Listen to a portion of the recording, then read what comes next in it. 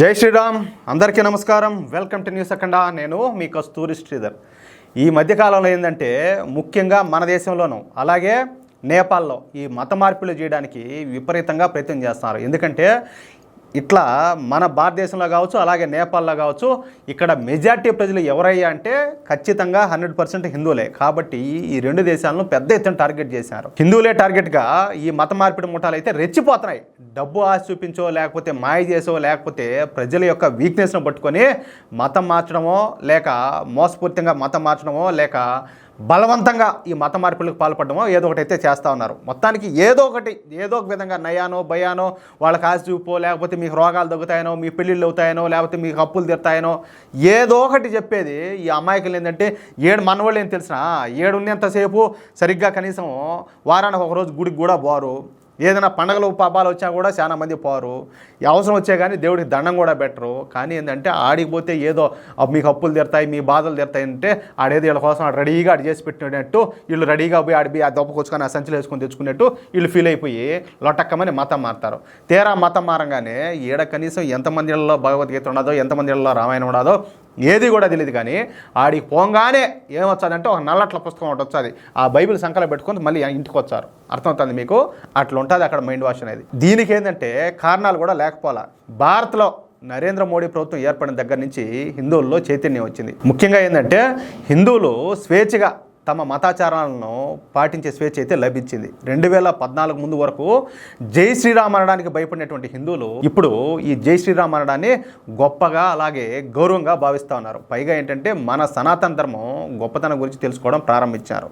దీంతో ఏంటంటే హిందువుల్లో కొద్ది కొద్దిగా ఈ ఐకమత్యం కూడా పెరుగుతూ వస్తుంది. దానికి తోడు ఏంటంటే ఇప్పుడు సోషల్ మీడియా ఏ స్థాయిలో పనిచేస్తుందో మనకు అందరికీ తెలుసు.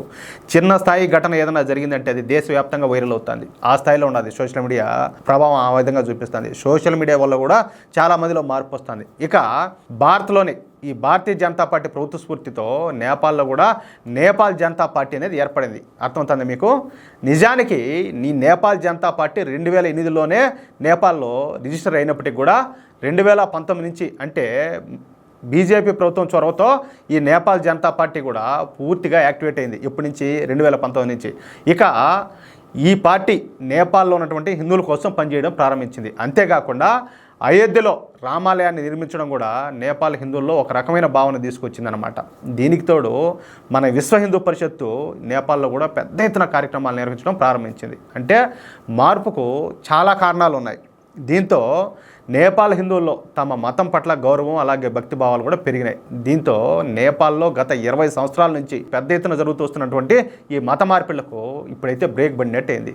నేపాల్ హిందువుల్లో చైతన్యం రావడంతో నేపాల్లో ఈ క్రిస్టియానిటీని స్వీకరించే వాళ్ళ సంఖ్య క్రమంగా తగ్గుతూ వస్తుంది. అంతేకాకుండా రివర్స్లో క్రిస్టియన్లుగా మారినటువంటి హిందువులు తిరిగి ఇప్పుడు సనాతన ధర్మాన్ని అయితే స్వీకరిస్తున్నారు. నేను నిన్న కూడా చెప్పిన ఏది రీసెంట్గా ఈ మధ్య ఒకేసారి 2000 మంది క్రిస్టియన్లు తిరిగి తమ స్వధర్మమైనటువంటి సనాతన ధర్మాన్ని స్వీకరించినారు అని. దీంతో నేపాల్లో ఎలాగైనా సరే హిందువులను పెద్ద ఎత్తున మతం మార్చాలని చెప్పేసి భారత్లో ఉన్నటువంటి కొంతమంది ఈ క్రిస్టియన్ మిషనరీలు ఒక నిర్ణయానికి అయితే వచ్చినారు. అనుకున్నదే తడవుగా 2 బస్సులు నిండా ఈ మత మార్పిడి ముఠాలంతా కూడా నేపాల్కు విన్నారు. నేపాల్లోని మహేష్పూర్ అనే ప్రాంతానికి వీళ్ళందరూ చేరుకున్నారు. అంతే. ఈ విషయం తెలుసుకున్నటువంటి నేపాల్ హిందువులు పెద్ద సంఖ్యలో కలిసికట్టుగా వచ్చి ఆ 2 బస్సుల్లో ఉన్న ఈ మత మార్పిడి ముఠాలను అయితే అడ్డుకున్నారు. అంతేకాకుండా వీళ్ళు మత మార్పిడి చేయాలని చెప్పి పోయినారు కదా, మత ప్రచారాలు చేయాలని చెప్పి పోయినారు కదా ఇక్కడి నుంచే పెద్ద ఏదో తోపులు ఉన్నట్టు వాళ్ళ ముఖాలకు మసి పూసినట్టు ఈ నల్ల రంగు పూసి వాళ్ళని అయితే ఘనంగా బాగా సత్కరించే విధంగా. ఇక వాళ్ళను తిరిగి భారత్ వచ్చే వరకు తరిమి కొట్టడం ఇక్కడ విశేషం అన్నమాట. చూడండి, ఇక్కడ మరొక మాట చెప్పాలా, ఒక విధంగా చెప్పాలంటే మనకు అవమానం ఇది.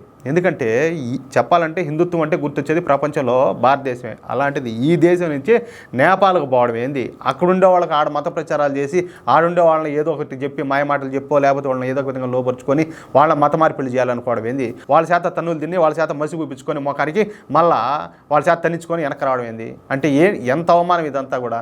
ఒరే సిగ్గులేదంటారు నాయనా స్వామి. ఈ దేశంలో పుట్టి సరే మీరు పుట్టడంతోనే సరే ఇంక దాంట్లో పుట్టారంటే అదొక రకం. కానీ హిందువులుగా పుట్టి హిందువుల పేర్లు పెట్టుకొని మతం మారడానికి సిగ్గులేదు ఒక రవన్నా కూడా. ఇప్పుడు మన ఇంట్లో వాళ్ళని ఎవరైనా ఏదైనా ఒక మాట అంటే ఒప్పుకుంటామా? అలాంటిది మన ధర్మాన్ని, మన హిందూ దేవి దేవతలను రాళ్ళు రప్పలు సైతాన్ అని చెప్పి మాట్లాడతా, మన దేవుళ్ళ చిత్రపటాలను కాళ్ళ కింద వేసి తొక్కుతా, విగ్రహాలు పగలగొడతా ఇంత చేస్తూ ఉంటే మీరు సిగ్గు ఎగ్గు లేకుండా అక్కడికి పోతే ఏదో అంతా లిబ్బంతా వచ్చాదన్నట్టు మీరు పోయి ఆశపడిపోయి ఆడిపోయి మతం మారడం, అక్కడ పోయిన తర్వాత ఏంటంటే మన దేవి దేవతలను తిట్టడం, సిగ్గు అనిపించడంలే. ఇంతకు ఏం పుట్టగలరా స్వామి, ఎట్ట పుట్టినారో మీకన్నా అర్థం అవుతుందా?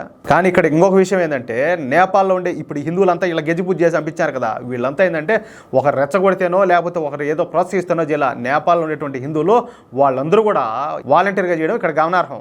నేపాల్ హిందువుల్లో వచ్చిన చైతన్యం చూసి బిత్తరపోయినటువంటి క్రిస్టియన్ మత మార్పిడి ముఠాలు బతుకు జీవుడంట తిరిగి భారతదేశానికి వచ్చేసారు. ఈ దెబ్బతో ఇకపై నేపాల్కి వెళ్ళకూడదని చెప్పేసి వీళ్ళంతా నిర్ణయం తీసుకున్నారు. ఇంకేం చేస్తారో, ఆడికి పోతే మొహానికి మసిపూసి మరీ తంతా ఉంటారు. ఇంకేం చేస్తారు? ఇంకా యాడైనా కూడా ఇప్పుడు మనం ఉంటాం, ఇప్పుడు మనం ఎవరినైనా కూడా ఏది మత మార్పిడి చేయాలని కానీ లేకపోతే మతం మారమని కానీ ఎవరినైనా మనం బలవంత పెడుతున్నామా?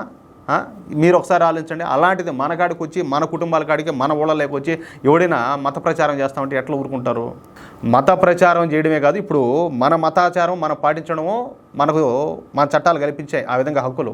ఇంకొకటి వచ్చి మన దేవుళ్ళు దూషించడం కావచ్చు, లేకపోతే మత మార్పిడి చేయాలని ఆలోచించడం కావచ్చు, అది కూడా చట్టరీత్యా నేరమే. కాబట్టి మనకుండే హక్కులు మనకుండాయి. ఎవడైనా వచ్చి మన కాడికి వచ్చి మేము మత మార్పిడి చేస్తాము లేకపోతే మత ప్రచారాలు చేస్తాము, మీ దేవుళ్ళని దూషిస్తామంటే ఎవడు కూడా ఒప్పుకోవాల్సిన అవసరం లే. దాంట్లో ఏం డౌట్లే. మన ధర్మం మనకేం చెప్పింది, మన దేవుడు మనకేం చెప్పాడు, భగవద్గీతలో కృష్ణుడు ఏం చెప్పాడు, ధర్మం కోసం మనం పోరాటం చేయాలి, దాంట్లో తప్పేలే. అది ఈ వీడియోపై మీ యొక్క అమూల్యమైన అభిప్రాయాలను దయచేసి ప్రతి ఒక్కరు కూడా ఖచ్చితంగా కామెంట్ రూపంలో తెలియజేయాలని చెప్పి కోరుకుంటూ, అలాగే ఈ వీడియో నచ్చితే దయచేసి లైక్ చేయండి, 10 మందికి షేర్ చేయండి. ఇంతవరకు మన ఛానల్ మీరు సబ్స్క్రైబ్ చేసుకోకపోతే దయచేసి ప్రతి ఒక్కరు కూడా మన ఛానల్ సబ్స్క్రైబ్ చేసుకోండి. ప్లీజ్ సపోర్ట్ చేయండి. జై శ్రీరామ్.